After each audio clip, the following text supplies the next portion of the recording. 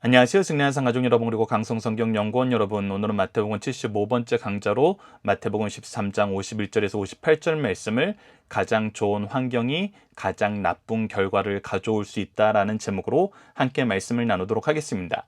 승리한 삶은 박유일 목사님의 구속서로 조망한 성경 연속 강해집을 통해서 편집이 되어 있고요. 저희들이 현재 나누고 있는 13장 말씀은 마태복음 3권을 통해서 편집이 되어 있습니다. 말씀을 좀 더 깊이 있게 묵상하고 싶으신 분들은 연속 강해 설교를 참조해 주시길 부탁드립니다. 자, 오늘 본문 말씀을 보도록 하겠습니다. 비유의 말씀을 마치시고 비유에 대한 설명을 마치시고 예수님께서는 제자들에게 이렇게 물어봅니다. 51절로 52절을 봅시다. 이 모든 것을 깨달았느냐 하시니 대답하되 그러하여다 라고 얘기하면서 예수님이 가르쳐준 그 말씀을 통해서 비유에 대해서 깨닫게 되는 제자들의 이야기를 들어볼 수 있습니다. 그러면서 예수님께서 굉장히 중요한 말씀을 하십니다. 예수께서 이르실 때 그러므로 천국의 제자된 서기관, 천국의 제자로서 천국을 설명하는 서기관들은 그것을 기록하고 그것을 가르치고 그것을 계승하게 합니다. 그래서 이들을 통해서 천국에 대해서 분명히 알게 되죠. 그런데 제자들이 이렇게 될 수 있었던 이유는 무엇입니까? 바로 예수님께서 그들과 함께 하셨기 때문입니다. 그들이 예수님을 통해서 하나님 나라를 보게 되었기 때문입니다. 그들이 자기들의 기준으로 보는 것이 아니라 하나님의 은혜로 예수 그리스도를 통해서 이 세상을 보게 된 것입니다. 하나님의 구속서를 알게 된 것입니다. 그래서 이러한 사람마다 어떤 일을 할 수 있게 되냐면 새 것과 옛 것을 그 곳간에서 내오는 집주인과 같으리라. 즉 집주인처럼 이것들을 가지고 나갈 수 있다는 것입니다. 이것을 자유롭게 베풀어 줄 수 있게 된다는 것입니다. 그런데 이것은 집주인이 할 수 있는 것인데 집주인이 하는 것과 일반인 것처럼 이들이 할 수 있게 된다는 것입니다. 이것이 예수님께서 제자들에게 주신 은혜의 특권입니다. 우리가 함께 묵상할 말씀을 통해서 이 부분을 좀 더 보도록 하겠습니다. 예수님은 어떤 분입니까? 예수님께서 지금 우리에게 무엇을 보여주고 계십니까? 마태복음 7장 29절에는 이는 그 가르치는 것이 권위 있는 자와 같고, 즉 여기서 얘기하는 권위는 바로 대비되는 뒤에 말씀에 서기관들이 나오는데 서기관들이 가지고 있는 그것과 다르다는 거예요. 즉 서기관들은 어떤 사람들이냐면 이스라엘 문화 안에서 하나님의 말씀에 대해서 가장 전통적인 교육을 잘 받은 사람들을 얘기해요. 그래서 그들의 권위는 그들의 집단의 영향력 안에서 나오는 거죠. 그런데 그것과 다른 권위를 얘기하고 있어요. 그럼 이 권위는 누구의 권위를 얘기하는 걸까요? 바로 하나님의 권위를 얘기하는 겁니다. 즉 하나님의 뜻을 가장 정확하게 우리에게 전달하고 있다는 거예요. 하나님의 은혜를 우리에게 가장 풍성하게 전해주고 있다는 거예요. 그것이 완전히 다른 거예요. 기존의 사람들하고 다른 부분이 바로 이거예요. 예수님께서는 이렇듯 하나님의 권위를, 하나님의 은혜를 충만하게 깊이 있게 전해주실 수 있는 분이었어요. 계속해서 우리가 마가복음 12장 11절을 봅시다. 이것은 주로 말미암아 된 것이요 라고 기록되어 있습니다. 마가복음 12장 11절 이전에 10절 말씀이 어떤 것이냐면 바로 버림받은 돌이 모퉁이 돌이 되게 하는 하나님의 구원의 역사, 예수님을 통해서 성전을 완성시키는 하나님의 은혜의 역사를 얘기한 거예요. 그래서 이것은 주로 말미암아 된 것이라는 거예요. 예수 그리스도를 통해서 하나님의 은혜의 역사 안에서 삼위일체 하나님이 하신 거예요. 그래서 우리가 예수 그리스도를 통해서만이 하나님의 뜻을 온전히 볼 수 있어요. 그래서 이것이 우리에게 어떻게 보냐면 우리 눈에 놀랍도다 함을 읽어보지 못하였느냐 하시니라. 그래서 우리가 이것을 통해서 하나님의 역사를 알게 되는, 하나님의 은혜의 역사, 생명의 역사, 영원의 역사, 천국의 역사를 알게 되는 거예요. 그래서 이것이 너무나 놀라운 거예요. 이것을 누구를 통해서만 우리가 볼 수 있어요? 바로 예수 그리스도를 통해서만 볼 수 있어요. 계속해서 요한일서 5장 6절을 봅시다. 이는 물과 피로 임하신 이시니 곧 예수 그리스도시라. 물과 피로 임하셔서 우리를 대속해 주시는 분이에요. 우리를 정결케 하시는 분이에요. 물로만 아니라 물과 피로 임하셨고 증언하는 이는 성령이시니, 그래서 그가 목숨을 버려서 우리를 대신하여 죽으심으로 우리의 구원을 완성하셨고 우리를 거룩하게 하시고 우리를 하나님 자녀 삼아주셨어요. 그리고 이것을 우리에게 누구를 통해서 깨닫게 하시냐면 성령을 통해서 깨닫게 하세요. 성령의 증언하심을 통해서 우리가 이것을 경험하게 돼요. 알게 돼요. 고백하게 되고 의지하게 되고 인정하게 되는 것입니다. 그리고 우리가 그분 안에서 이 모든 것을 이루신 예수 그리스도로 말미암아 어떻게 될 것을 예수님이 미리 선언해 주셨냐면 요한복음 16장 13절을 보시죠. 그러나 진리의 성령이 오시면 이제 예수 그리스도께서 구원을 완성하시고 이제 승천하셔서 우리에게 하나님의 말씀을 전하라는 명령을 주시는데, 그때 그것을 우리가 어떻게 이루어낼 수 있냐면, 그것을 우리가 어떻게 실천할 수 있냐면, 바로 진리의 성령이 오셔서 그가 너희를 모든 진리 가운데에서 인도하시고 그가 스스로 말하지 않고 오직 들은 것을 말하며 장래일을 너희에게 알리리라. 즉 그분이 우리를 인도하고 우리가 증인될 수 있게, 선포할 수 있게 우리의 입술을 주장한다는 거예요. 그래서 우리가 어떻게 되는 거예요? 바로 52절 말씀이 우리 삶 가운데 성취됨을 경험하게 되는 거예요. 하나님의 곳간에서 예수 그리스도를 통해서 우리에게 허락되신 모든 것을 복음의 역사를 위해서, 바로 예수 그리스도를 알려주기 위해서, 천국을 소개하기 위해서 자유롭게 쓸 수 있도록. 근데 그 쓰는 것이 마치 누가 쓰는 것과 같아요? 예수 그리스도가 쓰는 것처럼 쓸 수 있도록, 바르게 쓸 수 있도록, 은혜로 쓸 수 있도록, 거룩함으로 인도하는 데 쓸 수 있도록, 생명의 역사로 쓸 수 있도록 이것을 우리에게 허락해 주신다는 것입니다. 그래서 첫 번째 문제, 천국의 서기관된 제자들에게 주신 놀라운 능력은 무엇인가요? 바로 예수 그리스도를 알고 예수 그리스도를 전하게 하시는 능력입니다. 예수님을 통해서 천국을 전할 수 있는 능력을 주시는 거예요. 그것을 지금 예수님께서 미리 선언해 주고 계시는 것입니다. 그리고 예수님이 선언한 대로 이루어지는 것을 우리가 사도행전과 신약의 역사와 교회사를 통해서 우리는 계속해서 확인해 왔어요. 그리고 이것이 지금 우리에게도 임하고 있다는 것입니다. 우리가 예수 그리스도를 전하게 하실 때에는 예수님께서 성령을 통해서 우리에게 지혜의 은혜를 풍성하게 주십니다. 우리가 우리 자녀에게 이것을 전해야 될 필요성을 느끼고 전할 때는 하나님께서 우리에게 능력을 주세요. 능력을 주는 건 크게 두 가지예요. 우리에게 직접 능력을 주실 수도 있고, 또 다른 한편으로는 우리를 위해서 미리 준비된 하나님의 일꾼을 보내서 주세요.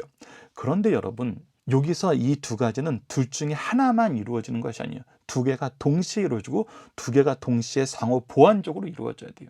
그래서 부모로서 내가 가정 안에서 내 자녀를 위해서 하나님의 은혜를 베풀어야 될 부분이 반드시 있고, 교회에서 우리를 위해서 준비하신 영적인 부모를 통해서 우리가 또 베품을 받아야 되는 부분이 있어요. 이것은 어느 한쪽에게 쏠려 있는 거 아니에요. 상호 보완적으로 같이 역사하는 거예요. 그래서 신앙 공동체란 이야기가 나오고, 가정도 교회의 일부고, 그래서 교회가 믿음의 명문가를 통해서 복을 누리고, 믿음의 명문가는 교회를 통해서 복을 누리는 이 상호 보완적인 순환적인 역사가 일어나는 것입니다. 그래서 여러분들, 나에게 주신 은혜를 사모하면서 우리를 위해서 주신 은혜를 우리가 감사할 수 있는 그런 삶을 살아야 됩니다. 이제 간단하게 연결되는 53절 말씀을 보고 두 번째 단락인 53절로 56절 상반절을 보도록 하겠습니다. 이제 예수님께서 어디로 가십니까? 예수께서 이 비유를 마치던 시에 그곳을 떠나서 고향으로 돌아가시니. 자, 이제 고향으로 돌아가세요. 고향에서도 사람들에게 전해야 될 일이 있어요. 고향 사람들에게도 예수님이 누구신지 드러내셔야 돼요.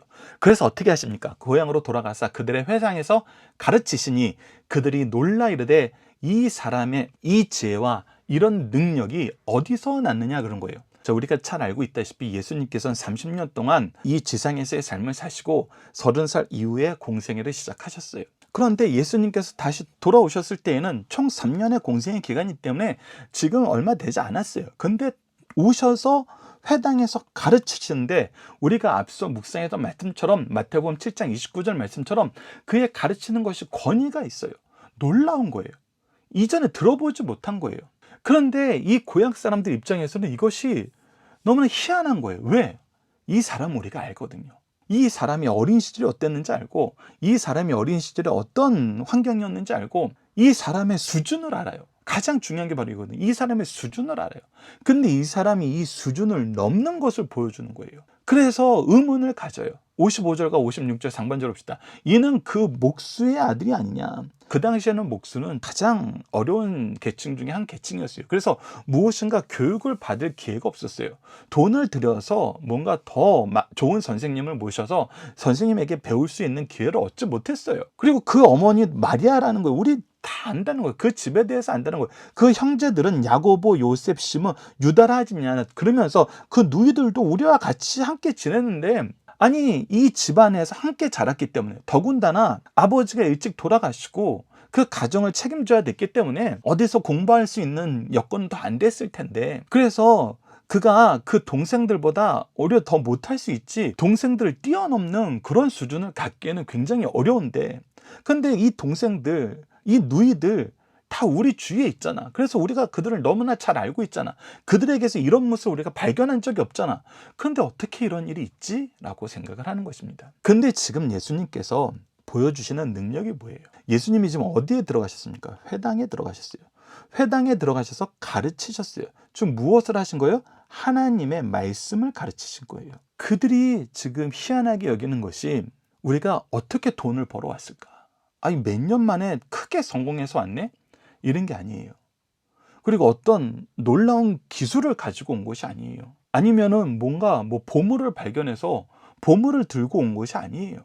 그들에게는 너무나 익숙한 하나님의 말씀이에요. 그렇다면 이것이 어디서 왔는지는 너무나 자명한 거거든요. 우리가 잠언 말씀을 봅시다. 잠언 2장 6절입니다. 대저 여호와는 지혜를 주시며 지식과 명철을 그 입에서 내심이니라. 이스라엘 민족은 지혜의 근본이 하나님임을 알고 있었어요. 하나님께서 우리를 사용하실 때 하나님께서 그 지혜의 영을 우리에게 베풀어 주심을 알고 있었어요. 근데 예수님이 지금 보여주시는 게 뭐예요? 하나님의 말씀의 지혜예요. 하나님의 말씀의 능력이에요. 그럼 이건 누구에게서 왔겠어요? 당연히 하나님께로부터 왔죠. 그런데 지금 이들이 이것이 어디서 왔는지 이해하지 못하겠다는 그런 반응을 보이고 있어요. 여러분들, 이것은 사실 우리가 예수님께서 계속 들었던 이야기와 맥락을 같이 합니다. 예수님의 출신에 대해서 갈릴리, 나사렛, 이 얘기가 나오면 자연스러운 반응이 뭐겠어요?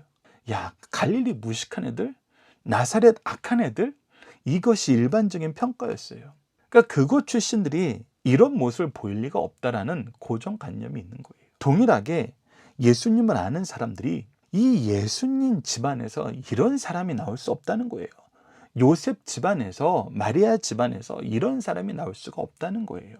근데 이 근본적인 취지가 뭐예요? 예수님께서 그래서 성전에서 가장 많이 들으셨던 이야기가 뭐였어요? 네가 누구의 권유로 이 말씀을 하냐는 거예요. 누구의 허락을 받고 이런 일을 하냐는 거예요. 즉, 그들은 하나님의 일을 하는데도, 하나님의 말씀을 전하는데도 사람이 세운 제도와 사람이 세운 자격이 더 중요한 걸로 봤어요. 즉, 하나님께서 나에게 보내셨다는 걸 보는 것이 아니라 네가 나의 인정을 받아야 된다는 게 먼저였어요. 여러분, 이 부분은 예수님 시대에 우리가 자주 나타나는 걸 보게 됩니다. 세례 요한을 찾아온 이유도 뭐였어요? 그가 메시아이가 아닌가 검사하러 왔어요. 그 얘기는 뭐예요?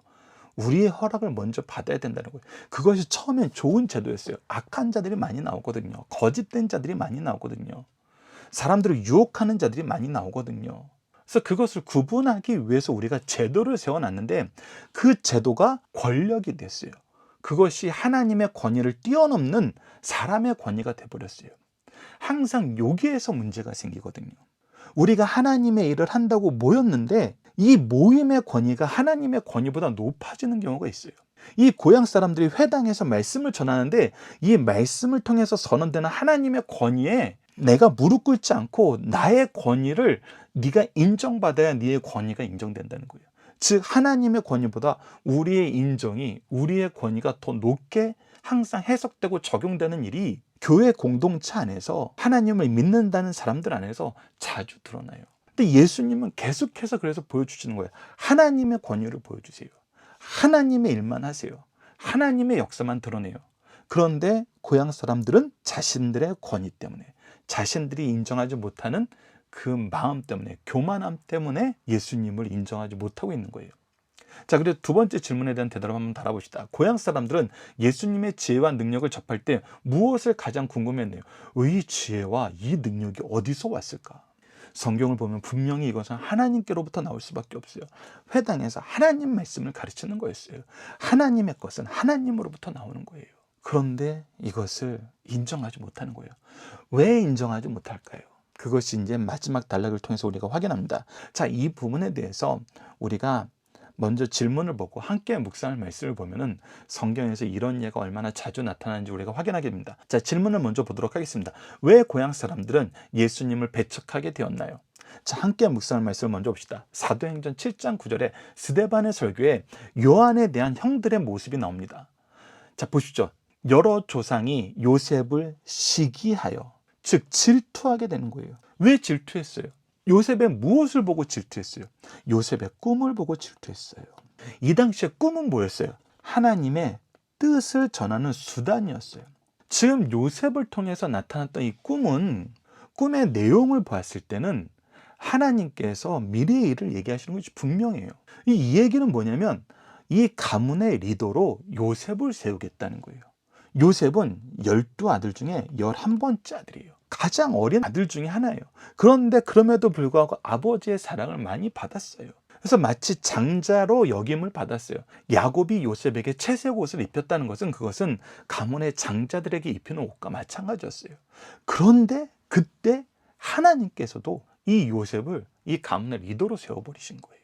그러니까 여러 조상들이, 즉 요셉의 형들이 시기하는 거예요. 질투하는 거예요.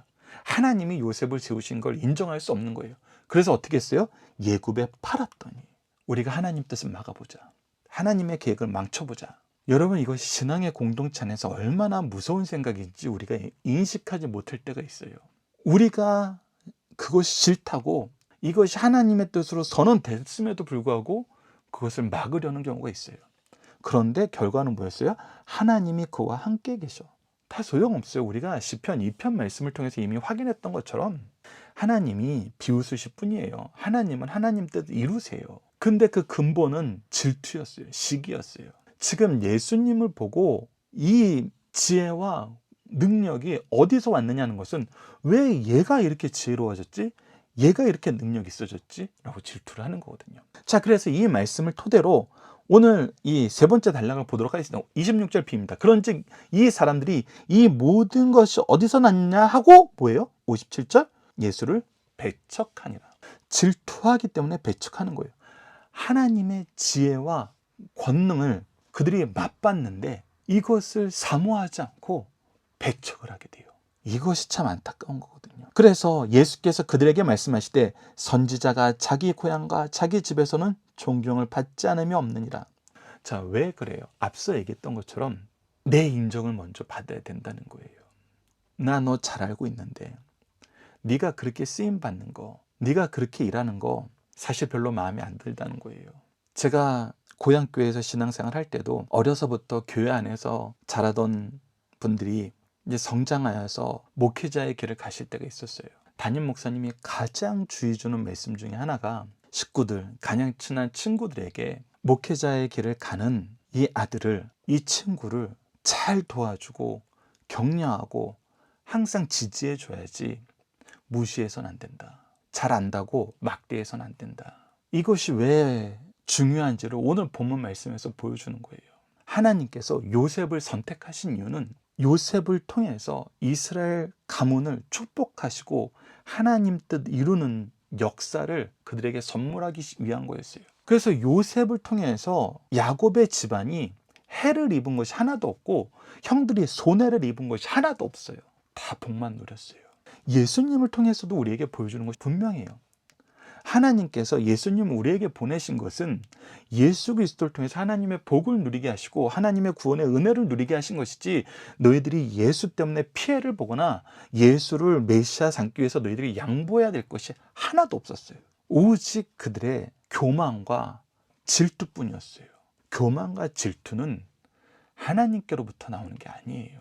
특히 질투가 나는 질투하는 하나님이라 할 때는 나에게 오게 하는 질투였습니다. 그런데 버리는 질투는 하나님의 것이 아닙니다. 그러니 내가 보기에 하나님의 기준은 다를 수 있는데 내가 보기에 마냥 내가 나를 위해서 나보다 어린 자가, 나보다 부족한 자가 그런 사람이 리더가 됐을 때 내가 그를 인정하지 않고 그를 질투하고 시기하게 되면 어떤 일이 생기게 되냐면 하나님께서 그 사람을 통해서 우리에게 주시고자 하시는 그 구원의 은총을, 은혜의 역사를 거절하는 것이 돼요.